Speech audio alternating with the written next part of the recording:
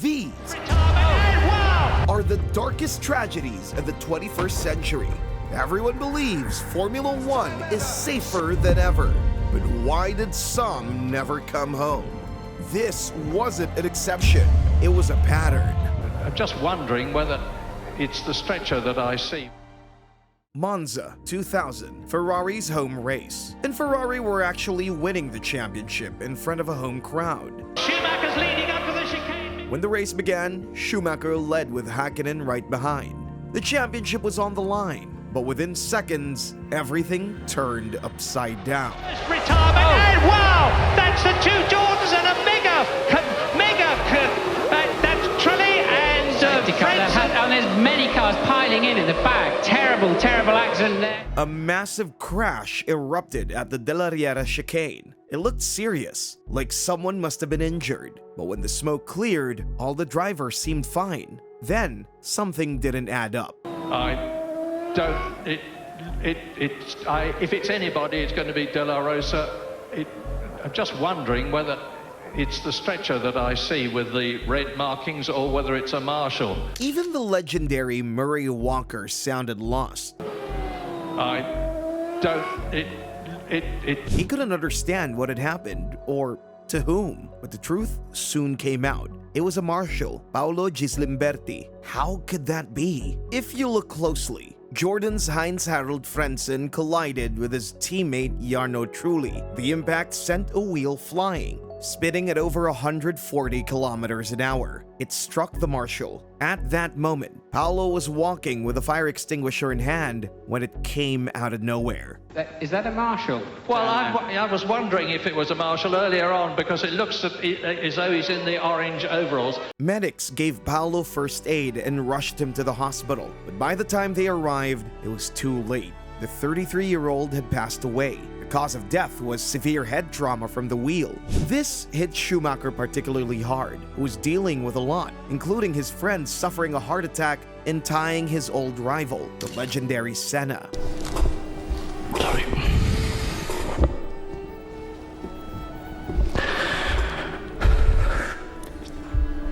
Five days later, his funeral was held. A Ferrari flag draped over his coffin. His colleagues, friends, and drivers all present to pay their respects. He was a true Ferrari fan, and his loss cut deep. This tragic accident was the catalyst for change. The FIA introduced stronger wheel tethers to prevent wheels from detaching in future crashes. It was a stark reminder of how much marshals risk to keep Formula One alive, but that was just the beginning. What happened next was hard to believe. Just 5 races into the 2001 season, at the Australian Grand Prix, Jacques Villeneuve is hunting for points. Full throttle down the straight until...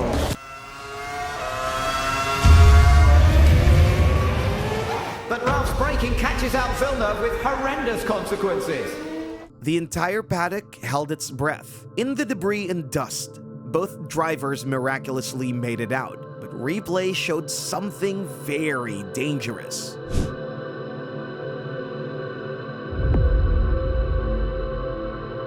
That loose wheel shot through a gap in the debris fence, striking volunteer Marshal Graham Beveridge, who's standing behind it. The wheel hit him with catastrophic force, estimated at speeds between 145 to 175 kilometers an hour. The blow was directly to the heart, which proved to be incompatible with life. Speeds, but hopefully that is a good sign as we see the ambulance drive away now. One detail deserves a moment, and we'll come back to it. Despite the horrific impact, Beveridge received first aid on the track, but at Melbourne Hospital, doctors could do nothing. The 52-year-old firefighter and father of 3 had been at his first ever F1 event. It was a sad echo of the past. On the 6th lap, Villeneuve's Ferrari suffered brake fade. He ran into the right rear tire of Ronnie Peterson. A marshal had already lost his life in a crash tied to the Villeneuve surname. Worse still, it followed Paolo Gislimberti's tragedy by less than 6 months. How could this happen again?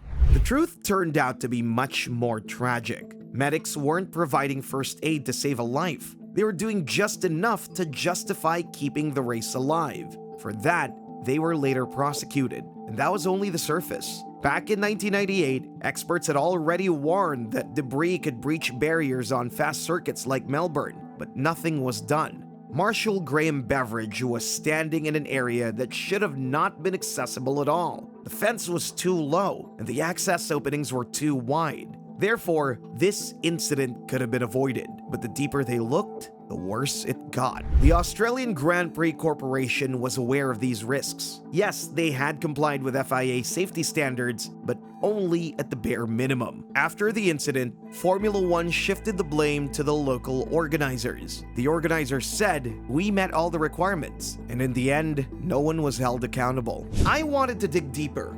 What did the local press report? What was in those internal documents? But some websites were blocked. So I fired up private internet access, switched to a server in Australia, and saw exactly what the locals see. Hold on, this isn't your typical ad. I reached out to them because I've been using it for a while.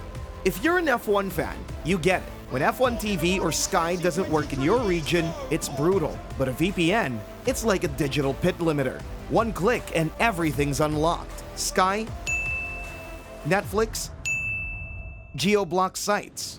Best part? One account covers all your devices, and every bit of traffic is encrypted.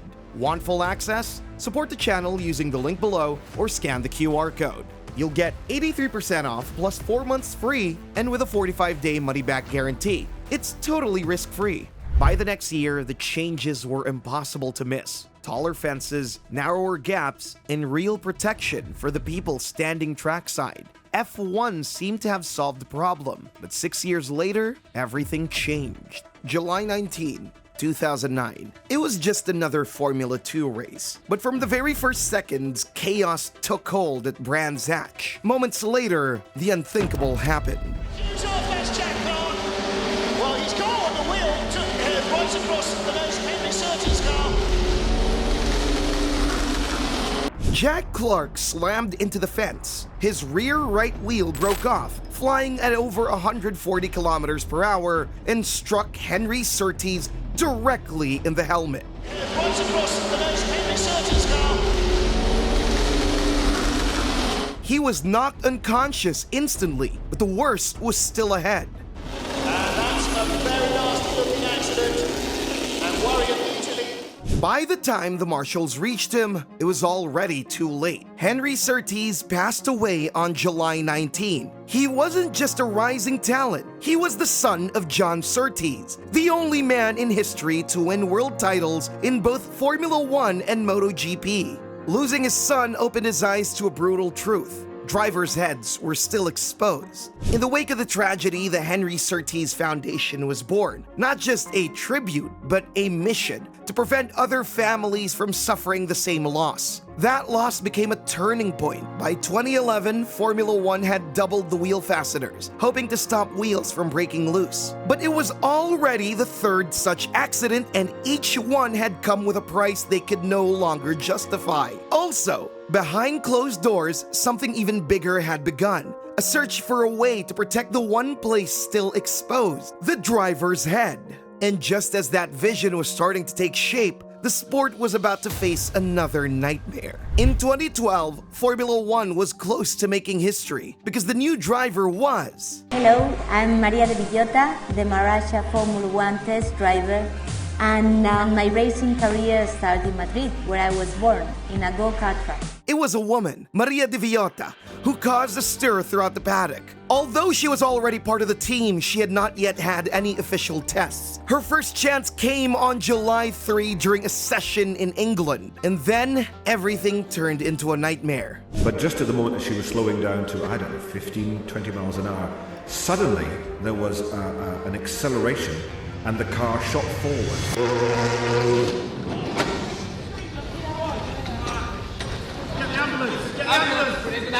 It's a miracle none of the staff were injured. The same cannot be said for Maria. Her helmet took the full impact and shattered her skull. When she arrived at the hospital... Are you a surgeon? And he said yes. So I asked him, do you need both of your hands for surgery? And he said yes. I told him, well, I'm a Formula One driver and I need both my eyes.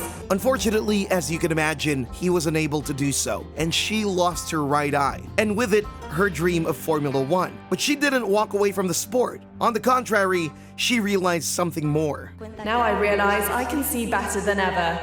Before I only saw Formula One, I could only see myself competing inside a car, and I didn't see what's really important in life, which is being able to say, wow, I'm alive. She devoted herself to safety. She spoke at press conferences, supported road safety campaigns, and fought for awareness of traumatic brain injuries. But even that wasn't enough. During one of the press conferences, the unexpected happened. Racing driver Maria de Villota has been found dead in a hotel room in Spain. In October 2013, Maria died. The cause was a seizure directly related to the brain damage she sustained in the accident, a delayed effect of a moment that should have never happened. The entire Formula One community honored her memory, a star on every helmet, a symbol of a struggle that was not in vain. 2013, Canadian Grand Prix. In the final laps of a race, a Sauber spun out and hit the wall. Just another routine crash in Formula One. Yellow flags were waved and a crane moved in to recover the car.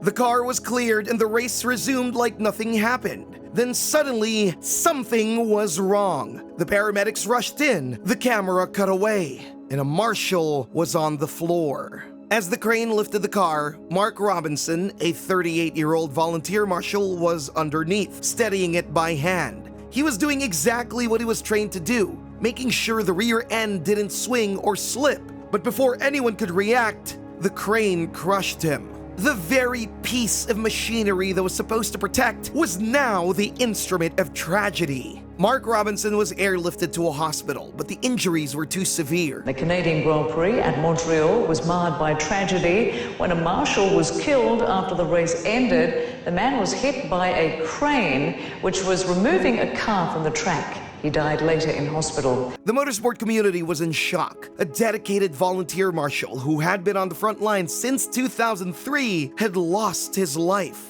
An investigation followed, revealing a series of failures. The crane had moved too quickly, nearly 11 kilometers an hour, while lifting the car almost 2 meters off the ground. The marshals were placed directly under the suspended vehicle, completely against safety protocols. There was no proper training for these kinds of recovery operations. Quebec's Health and Safety Authority launched a thorough inquiry, and the findings were damning, and as a result, the FIA took immediate action. Mobile cranes were banned from operating during live events, and new safety protocols were put in place for recovery operations. Mark Robinson's tragic death was the first fatality of a marshal since 2001. His passing led to immediate safety reforms, ensuring that no other marshal would have to face such a risk again. But just another year later, another Sauber crash and another crane would spell disaster. Japan, 2014. By lap 9, the green flag waved again. Everybody switched to intermediates, but with spray and darkness. By lap 42, it felt less like racing and more like survival when... Oh dear, and now we might get a safety car. Adrian Sutil has gone off into the barrier. Adrian Sutil was stuck into the barriers, the kind of crash that usually brings out a yellow flag and a sigh of relief. But something else had gone wrong. Oh my God! You wonder what's happened. Yeah, something's not good up there. Just one lap later, Jules Bianchi arrived at the same corner. He lost control. It disappeared under the crane. Trackside marshals ran toward the wreckage. For a moment, the broadcast cut away. Nobody knew what had just happened. The medical helicopter was taking off, and we didn't know at the time that he wasn't on the medical helicopter, and we thought he was. The weather was too bad to fly. Instead, Jules was transported by ambulance, unconscious and losing precious time, all the way to Mie Prefectural Hospital. As Bianchi remains in critical but stable condition, his family has confirmed that the brain injury he suffered is a diffuse axonal injury. And then, the long, quiet wait began. For months, the world waited, hoping for a miracle. But eventually, Jules Bianchi has died of injuries suffered during last year's Japanese Grand Prix. At the funeral, everyone showed up for support. They didn't lose a fellow driver, but a dear friend. How could have this happened? Whose fault was it? Why was the equipment there during the race? This lesson should have been learned after the incident in 2013. So the crash changed the trajectory of F1. The FIA made sweeping changes at Suzuka, introduced VSC, and most importantly, the halo, because all of this was avoidable. And that was the true tragedy of his death. One simple oversight led to the loss of a promising career and a beloved driver. Just before his death, Jules Bianchi convinced Ferrari to sign a young driver he deeply believed in. His name was Charles Leclerc. 5 years later, at Spa, he put a Ferrari on a pole and had a real shot at his first win. But that day, the spotlight wasn't his alone. His childhood friend was racing in Formula 2. The lights went out, and something went wrong. No, it's a different car. You would not make There's a crash there, there's a car. Oh, wow. Oh, that's a horrible accident. Jeez, I hope that kid's good. Okay. Wow. Something terrible had happened. Giuliano Alisi lost control through Eau Rouge. He spun, smashed into a barrier, and bounced back onto the track. Debris scattered everywhere. Antoine was coming in at full speed when... Oh, there's a big crash there. There's a car who lost it. Oh, that's a horrible accident. Hubert was taken to a medical center, but his injuries were beyond saving. Antoine was just 22, a young driver who had grown up side by side with Charles Leclerc and Pierre Gasly, chasing the same dream. The motorsport world stood still.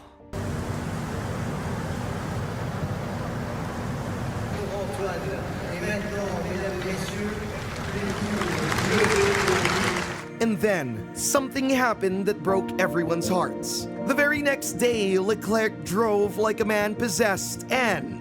First time ever, Charles Leclerc wins a Formula 1 Grand Prix!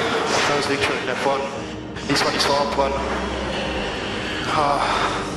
Feels good, but yeah, difficult to enjoy a weekend like this. That finish wasn't just a win, it was a tribute. Everyone knew change was needed, and it did. Better wheel tethers, less debris spread. But most importantly, the track itself went through major renovations to prevent further loss of life. The real question still hangs in the air. Has motorsport truly learned? It was July 1st, 2023. Formula Regional European Championship. Visibility was near zero, and the track had turned into a trap.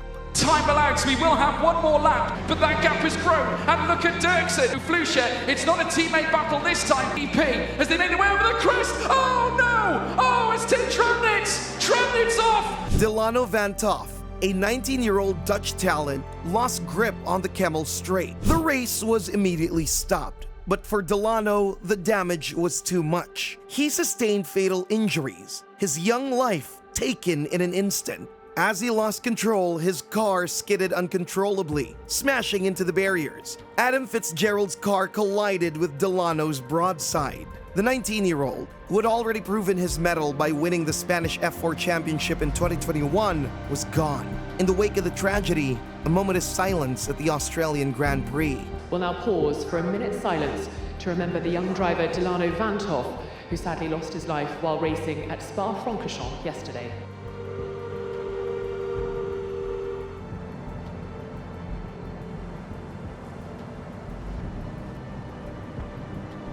Max Verstappen, the reigning world champion, called the crash sad and unnecessary, echoing the sentiments of the entire motorsport community. Lance Stroll demanded urgent changes to the track. We've been saying it for years. We've lost 2 kids now in, like the span of 5 years. Going to be changed, and we're going to be there in a few weeks, so seriously need to think about that. And these were the darkest moments of the modern era. But the worst of all time? Click on the video.